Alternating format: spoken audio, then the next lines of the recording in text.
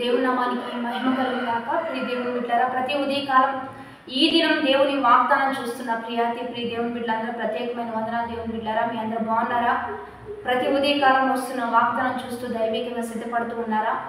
దేవుడే మనతో మాట్లాడుతూ, దేవుడే మనల్ని దర్శిస్తూ, దేవుడే మన ముందుకు వచ్చి మన హృదయం వద్ద ఉండి తలుపు తడుతూ ఉండగా ఎంతమంది ఆయనకు ఆహ్వానం తెలియజేస్తూ ఉన్నారో, మీతో కలిసి దేవుడు నివసించిపోతున్నాడు. మీకు కలిగిన అక్కర్ల అవసరతల సమస్తం దేవుడు వస్తూ ఉండగానే, దేవుడు పనిచేస్తూ ఉండగానే, దేవుడు మాట్లాడుతూ ఉండగానే మేలుతో మీ హృదయాన్ని తృప్తిపరచబోతున్నాడు. కృపనిచ్చి మిమ్మల్ని లేవనెత్తబోతున్నాడు. ఈ దినము దేవుడు మనకి ఏ వాగ్దానం ఇస్తున్నాడు చూద్దాం. పరిశుద్ధ లేఖన గ్రంథంలో నుంచి 103వ దావీదు కీర్తన 12-13 వచనాలు చదువుకుందాం.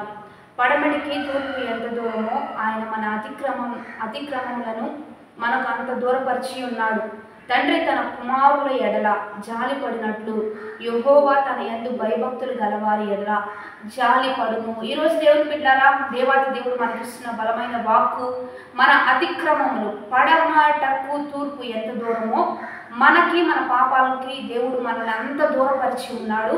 కాబట్టి ఈరోజు ఏ పాపము, ఏ శాపము మనల్ని వెంటాడుతూ ఉన్నా, మనల్ని వెంబడిస్తూ ఉన్నా, వాటి నుంచి మనల్ని దూరపరచువాడు దేవాతి దేవుడు మాత్రమే.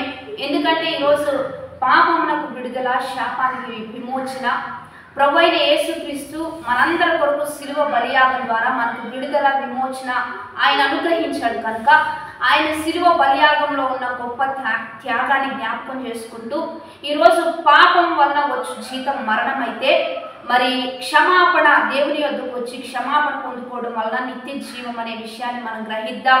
అందుకని అతిక్రమములు, ఒకవేళ పాపములు, తప్పిదములు మన ద్వారా తెలిసి తెలియక జరిగి ఉంటే యేసు యొద్దకు వచ్చి క్షమించగలిగే హృదయము, మన్నించగలిగిన హృదయము, ఆదరించగలిగిన హృదయం దేవాతి దేవునికి ఉంది. కనుక ఆయన దయా దాక్షిణ్య పూర్ణుడు, కనికరపడే దేవుడు. కనుక ఆయన ఎద్దుకు వచ్చి ఎంతమంది క్షమాపణ అడుగుతూ ఉంటారో సమస్త కీడుల నుంచి దేవుడు మనల్ని విడిపిస్తాడు, విడుదల చేస్తాడు.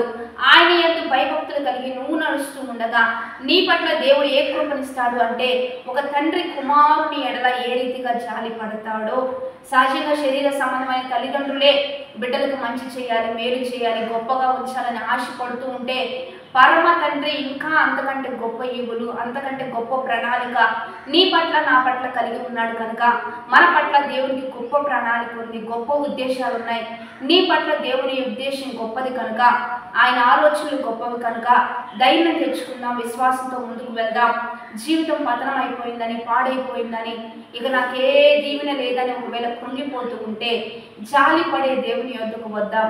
క్షమించి, ఆదరించి, లేవనెత్తి దీవించే గొప్ప దేవుడు మనకున్నాడని గ్రహించి ప్రతి ఉదయకాలం వాగ్దానం చూడడం, ప్రార్థనా పూర్వకంగా సిద్ధపడడం, దైవికంగా దేవుని యొద్దకు రావడం, భయభక్తులు కలిగి జీవించడం వలన ప్రతి దీవెన, ప్రతి ఆశీర్వాదం దేవుడు మనకి ఇస్తానని వాగ్దానం చేస్తూ ఉండగా వాగ్దానాన్ని బట్టి ప్రార్థన చేద్దాం. పరిశుద్ధుడా, మహోన్నతుడా, గొప్ప దేవ, ఈ దినము ఎంతమంది బిడ్డలు ఈ వాగ్దానం చూస్తూ ఉన్నారో, ఈ వాక్ వచ్చినవన్నీ బిడ్డల పట్ల రూఢిపరిచయ్యా.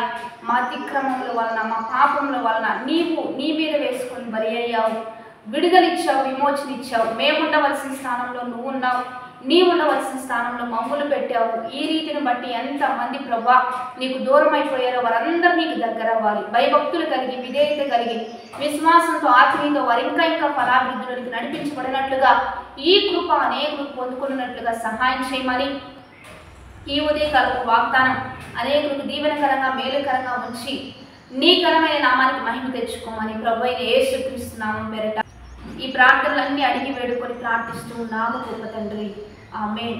కాబట్టి దేవుని బిడ్డలారా, మంచిగా లైక్, షేర్, కామెంట్ చేస్తూ దైవికంగా సిద్ధపడదాం, ఆత్మీయంగా బలపడదాం. 50 దిన ఉపవాస ఆరాధన జరుగుతుంది. దేవుని బిడ్డలారా, జేపీఎం మినిస్ట్రీస్ యొక్క చర్చి ప్రాంగణంలో ఈ ఆరాధన జరుగుతున్నాయి. మీరందరూ కలుసుకోండి, మనందరం కలిసి దేవుని నామాన్ని మహింపరుద్దాం.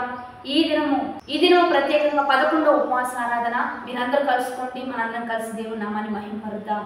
Have a blessed day. Amen.